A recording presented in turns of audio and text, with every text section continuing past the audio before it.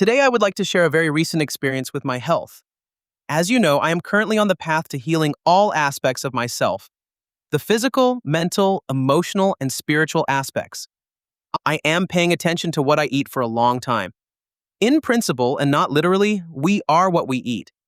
That much has been clear to me for a long time. My physical body was addicted to sugar, which caused it to become sick with diabetes too. Nutrition is an important part of my healing. I am eating as less carbohydrates as possible. My body is sensitive to sugar and is resisting insulin. Since all carbohydrates are eventually broken down and converted into sugar, I decided a long time ago that I will stop eating any food that contains carbohydrates.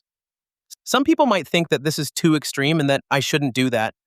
Unfortunately, eating carbs is not an option for me, as I found out that even small amounts of carbs, even as low as 30 grams or an ounce for those of you who don't use the metric system, will cause fatigue for me through glucose spikes. I have been burned too many times metaphorically to allow myself to eat more than 10 grams of carbs per day. Recently, I continued the practice of horse stance again, which I suspended temporarily due to the pain from osteoarthritis I felt. Now that I have reduced the inflammatory effect of carbohydrates on my body to a minimum, I felt curious and tried horse stance again. The effect was simply miraculous. First, let me share the effect of horse stance on my mental and emotional state. It is a calming influence on both. My mind stops chatting and my emotions calm down to the point where I feel the silent deliciousness of being. I don't think and feel only unconditional love, which is reinforcing my empty mind. In this state of being, I only exist. My mind is clear as glass and no thoughts cloud my consciousness. The effect on my emotional state is dramatic. Having no thoughts means having no concerns. Having no concerns means having no bad feelings. Having no bad feelings lead to positive feelings, which in turn lead to the deliciousness of being. Ask yourselves, when do you feel more? Is it when your mind is constantly chatting, or when your mind just stops thinking? In my experience, it is when the mind is still. You can try experiencing that for yourselves. The main obstacle for the mind to grasp this is due to a misconception of thinking and feeling. Thoughts and feelings are generated by our mental and emotional components. They are not ourselves. Ourselves just are. The practice of horse stance lets me experience myself and not its thoughts and emotions. After explaining to you the meaning of the practice of horse stance for me, I would like to share why I was reminded of its importance. Holding the posture for as long as necessary for the life energy to enter and refresh my body can be challenging. Muscles can become tense and painful initially until I find the way to hold the posture without tensing up. While I stand like this and change the position of my arms through the 3 phases of horse stance, a curious thing happens. My mind is consciously focused on holding the posture while finding the balance that makes the process almost without challenge. This focus of the mind doesn't allow it to have any other thoughts that distract me.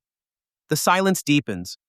The only sound is my breath, and the only sensation is that of the energy moving throughout my body. After spending a while in this state, I notice the deliciousness of being. I can feel nothing else but my own silent self. This silence fills my being and expands my heart.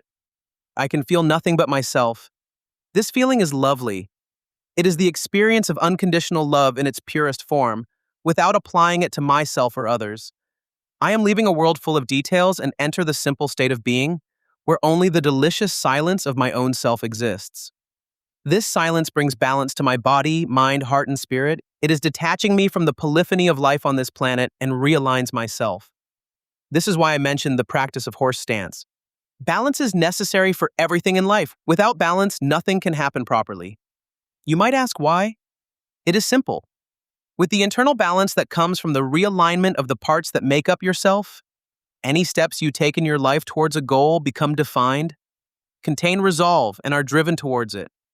In an imbalanced world, anything we do without internal balance has a questionable outcome. After the practice of horse stance, I always spend some time in meditation. The physical exhaustion that comes with practicing horse stance centers myself, and the energy flows effortlessly. That energy can be anything: etheric, mental, emotional, or spiritual energy. It doesn't matter. I recently understood the importance of internal balance for my health. I felt rejuvenated and pumped full of energy for a while. I believe that this exercise should be taught at schools and be part of our life. Well, I will continue this practice for myself and see where it leads me. There is so much to gain from being healthy. Our unhealthy lifestyle made us forget how it truly feels to be healthy. Health is not just physical health, it is mental, emotional, and spiritual health as well. Balance is the key in life. Everything else follows from balance. We all must find balance in our lives, and each person's balance is unique. At this point, you might say, how am I going to bring balance in my life when I have a ton of obligations or when I am forced to work 2 jobs to survive? A valid question, and it is the one question that forces itself into the foreground of your consciousness. We think that there is no time to focus on ourselves, when we all agree as spiritual people that time is an illusion.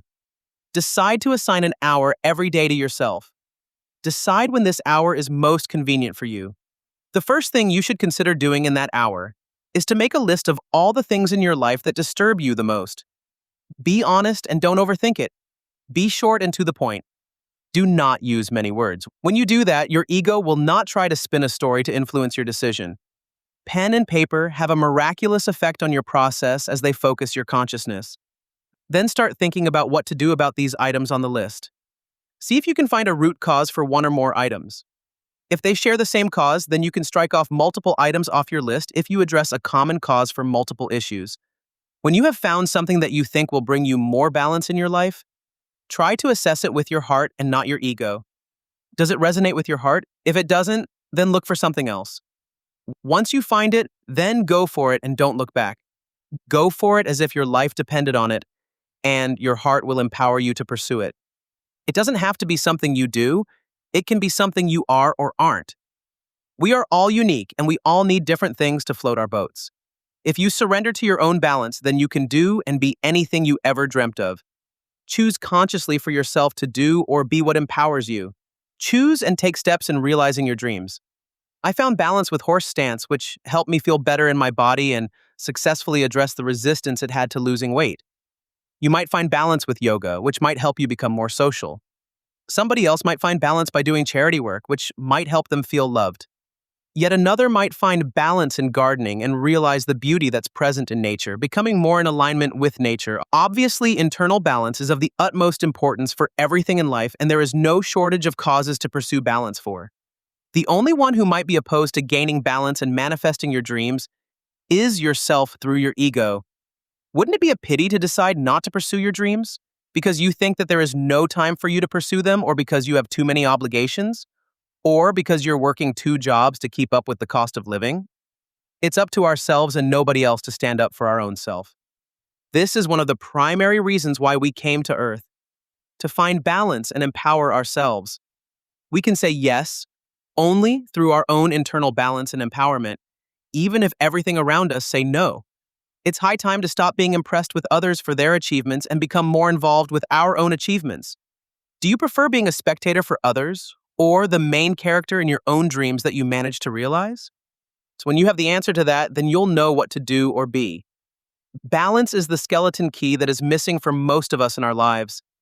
And if you are a Lord of the Rings fan, you might understand how internal balance will bring outer balance to everything around you. Just like the One Ring to rule them all,